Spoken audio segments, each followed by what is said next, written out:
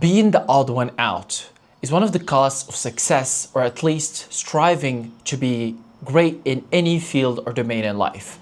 It's one of the first sensations that you get while you decide that you want to be great or you want to achieve or strive for greatness.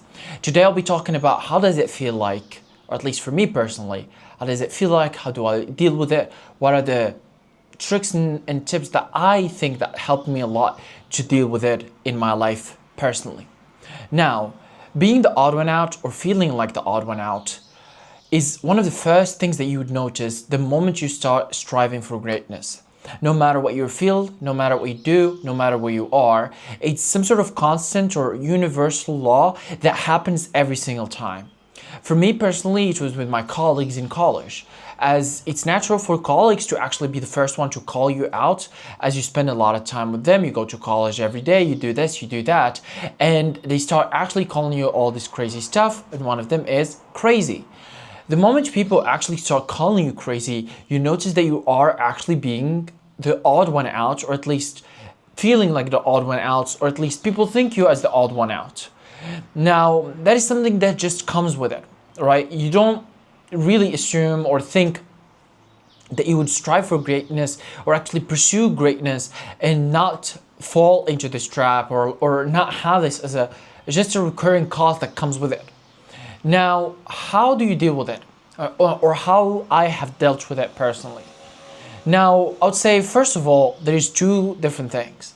There is sensation of being the odd one out, and there is actually being the odd one out.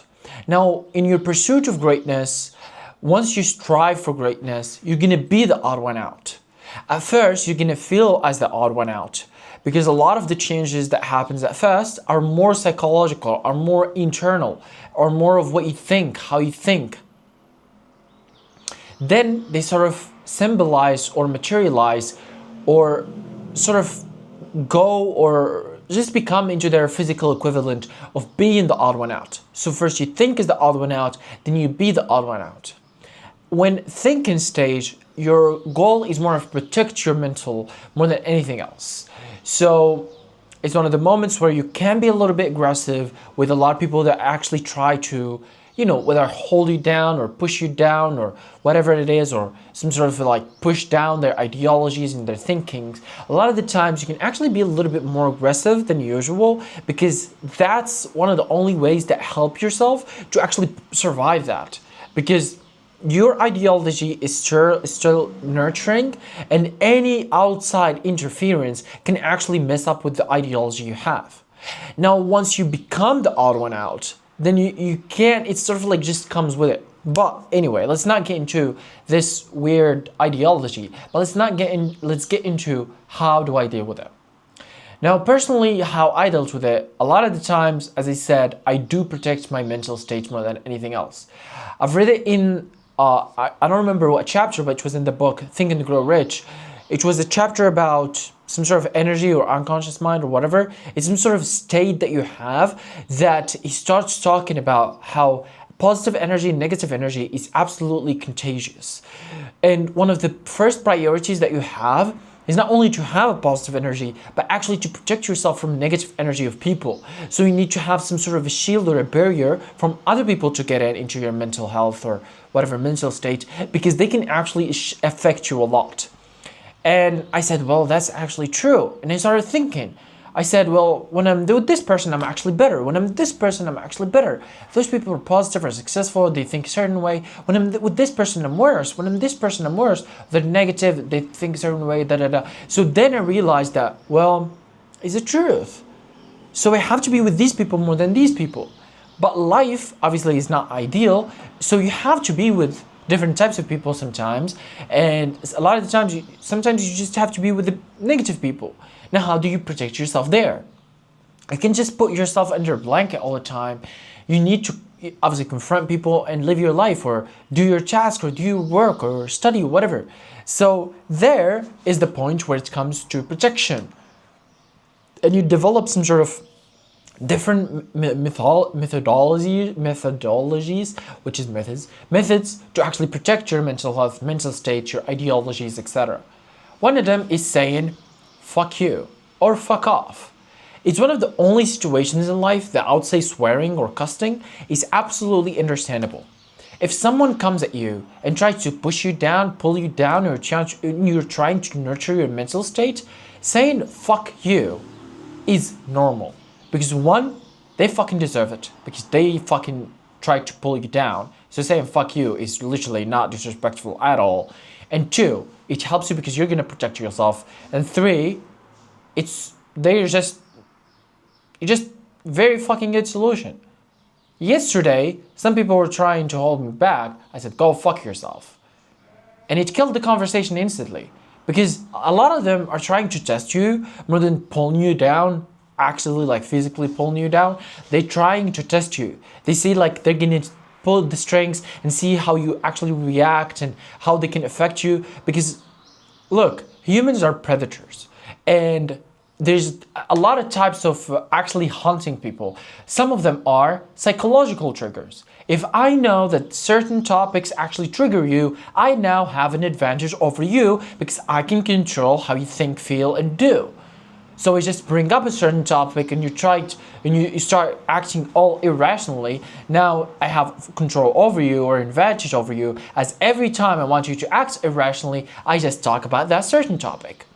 So in this, as such a sensitive topic as this, as being the odd one out, it's easy to get triggered by people. So saying fuck off is something or some sort of indicator that you say, look, if you're trying to some sort of have an advantage over me with pulling triggers, what about you go fuck yourself, because that's not gonna work. I control myself. My mind is under my control. Is a slave of me, worker of me, right? These type of conversations. Now, also, why fuck you is so important in this, because also it protects you. Genuinely, think about any scenario of people saying stuff to you, horrible stuff, bad stuff. Oh, you're shit, you're acting weird, you're crazy, I don't know how you're gonna survive, I don't know how you even got through this, I don't know, whatever bullshit they say, a lot of people, everybody hates you, whatever. Think about it, the worst thing. Think about it, genuinely, try, think. Yeah, okay, just think now that you say fuck you. It vanishes. It's almost like you disarm them instantly. That's how powerful it is. Now this is more of a thinking as the odd one out. Now being the odd one out is a little bit different. Because the goal or the achievements, the results are not only in thinking, because thinking really doesn't matter. A lot of people think differently in their shit. But actually being the odd one out is what makes you different, is what gives you the results, is what makes you achieve certain things, is what really is it's all about being the odd one out. The only reason why you need to think as the odd one out is to be an odd one out, is to do what the odd one out does, right? So when it comes to doing what the odd one out does, now it gets a bit tricky. Because one, you need to have some sort of alliances.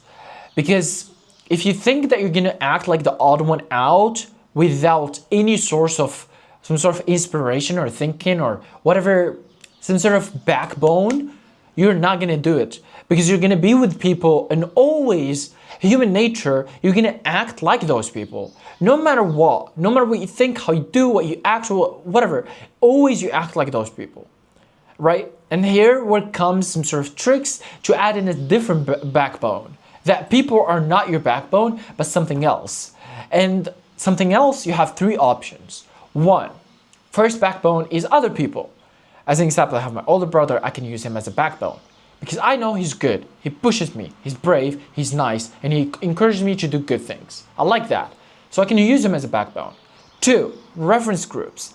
A lot of people you don't even know. You can think of anybody in history and think of him as a reference group. So whenever you're doing something, instead of thinking as your colleague or your mother or your father, what he's gonna think of me, you're like, what that great person is gonna think of me. And no matter who it is, obviously depending on your career or field, but it can be really any great character. You don't even need to know him as long as I would say personally, you need to know some sort of good information about his biography, like how does he think, or even at least a little bit about him.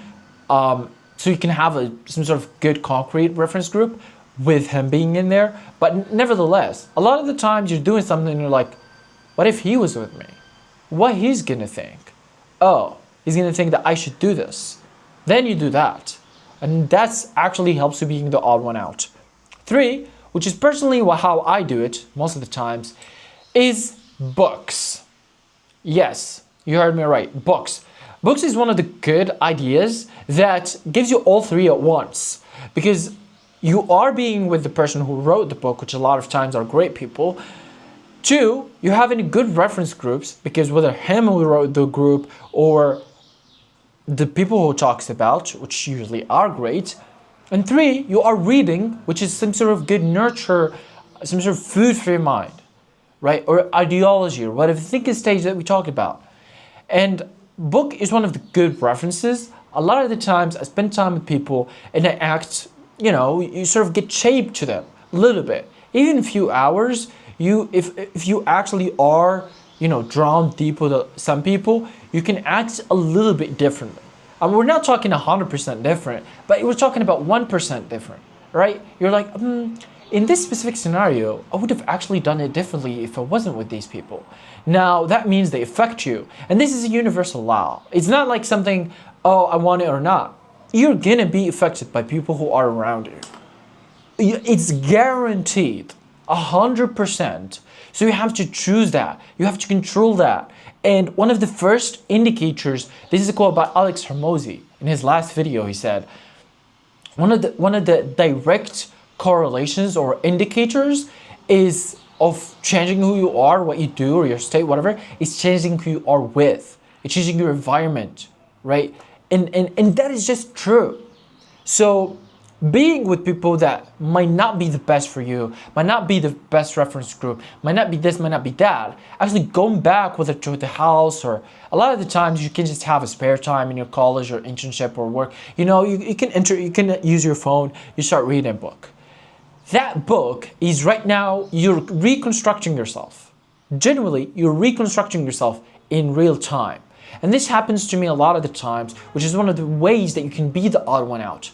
One of my colleagues, he's actually in my group, in my internship and whatever thesis and all of that. A lot of the times he tries so hard, I'm talking hours, to change and reshape my ideology and my thinking. We're talking hours. Generally hours, I'm just sitting, obviously we have to be there, we have to exist there in an internship, and he's just talking and literally trying to reshape my ideology. And I'm listening, sure, whatever. Next day, or just next whatever, I'm back to it, right back to it, right back to it, right back to it, again, right? And you can see almost like the frustration or whatever feeling he has in his eyes. Why? Because I always have a backbone to rely on. I don't rely on people as I need, my friend in internship or thesis, I want my colleague, I want him to actually shape my mind. No, I have a fucking book. Right? I chose the book, I chose who wrote it, and it can be anyone on the fucking planet, any time in history, and he shapes my mind. You know what I'm saying? So you almost like you have control over what gets you into your mind. Now, being an odd one out is a little bit tricky. I'm going to talk about one last example, and this is the extreme. I don't think anybody will get to this point. I go there, but you don't need that. Before my mother's death, my mother was sick. She was ill, she was in hospital, blah, blah, blah. And I was with her. I was supporting my mother. If that means 21 days in the hospital, I'm saying 21 days in the hospital, not going to the house at all, showering in the hospital, everything. If it means I sleep on a wooden chair, sleep in a wooden chair. If it means I sleep on the floor of a hospital, I sleep on the floor of a hospital. If it means I sleep standing up, I sleep standing up. It doesn't matter. Now, a lot of that period, I felt like a slave to my mother. It's true. Because I was actually being the odd one out. I was going to extreme levels of behavior that nobody would go there. I wouldn't go there. I wouldn't like to go there.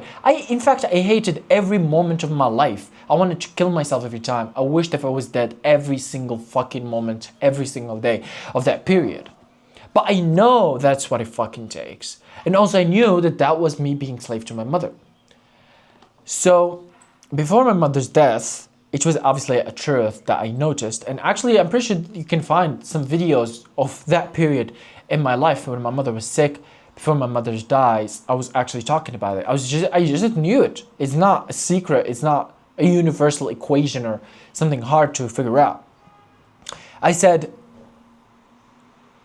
now I'm a slave to myself. And think about it. It's crazy. Because going to the extreme for people, especially for us men, is easier than going to the extreme for ourselves. So easier. I'm telling you, easier. Because you're like, yeah, it's for her. I'm gonna die for her if I have to. Any day of the fucking week. But will you fucking die for yourself? It's a skill that I had to learn. It's a skill that I had to learn. It's like, how far would you go? Not for nobody else, but for fucking you. Oh, that's what fucking will make the difference. That's what gives you the results. That will make you the achievements. That's what being the odd one out. And if you're not really willing to go the extra mile in different ways for fucking you, yourself, just don't think you're gonna be the odd one out ever. I genuinely, a lot of the times, I do certain things that I know are awesome and are great. And I share them with people, right? I share them with my thesis group. No response, not a single fucking reaction, not a single comment, not a single message. Guess what? I don't give a fuck. Not because I have some sort of resilience in mind. It's because they do it for me, bitch. Sure, I'll share it with people if I want to. Some things I share with people because I would like that. And it's good social life. And that's also the one part of me. But the point is, I'm not doing it for you. So what about you go fuck yourself? What about that? Yeah, that sounds good. That's what I thought. And that's what being the odd one out. And look, if you're hearing this for the first time and it's too aggressive, I get it. I get it. It was too aggressive for me too. Being aggressive at first is shit. It's hard. It's horrible. It feels miserable. You don't like it. People hate you, right? Literally, I don't know if you know this reference, but there is a show called The Boys. There's a character called Butcher in it. That's how I feel in class. Genuinely in college. Yesterday we had the last session in college and everybody was happy and emotional as like the last session. And it was like standing there, unfazed. But genuinely, I felt like Butcher. Butcher. I don't know why, how, what, but that was so weird of a reference that came to my mind. I was like, what the fuck? I am Butcher now. I'm that fucking guy. I'm the old one fucking out. You know, girls are emotional and this and that, and they're like, oh, they try to romanticize the last session as like, oh, we're never gonna meet. Ain't nobody cares. We're never gonna meet anyway. That's some sort of just inevitable. But anyway, this is sort of a thing that I just really wanted to share my experience with you as of like really generally how you deal with being the odd one out, or at least how I deal with being the odd one out. How does it feel? How does it look like being the odd one out? What do you do? Or at least how I do, how I deal with it, and how it feels like to be the odd one out. And generally, that's just what it takes. And if it was aggressive, yeah, just what it is, you gotta deal with it. That's how it feels at first, that's how it looks at first, but that's what it fucking takes. If you strive for greatness, if you wanna be great, just don't expect it to be easy. A lot of the things you gotta do, maybe you don't like to do them. And that's what makes the difference. As Michael Phillips said, once you look at all the people who are great in life and the great things in life, one a good characteristic common between them is a lot of the times they do things that they don't always want to do.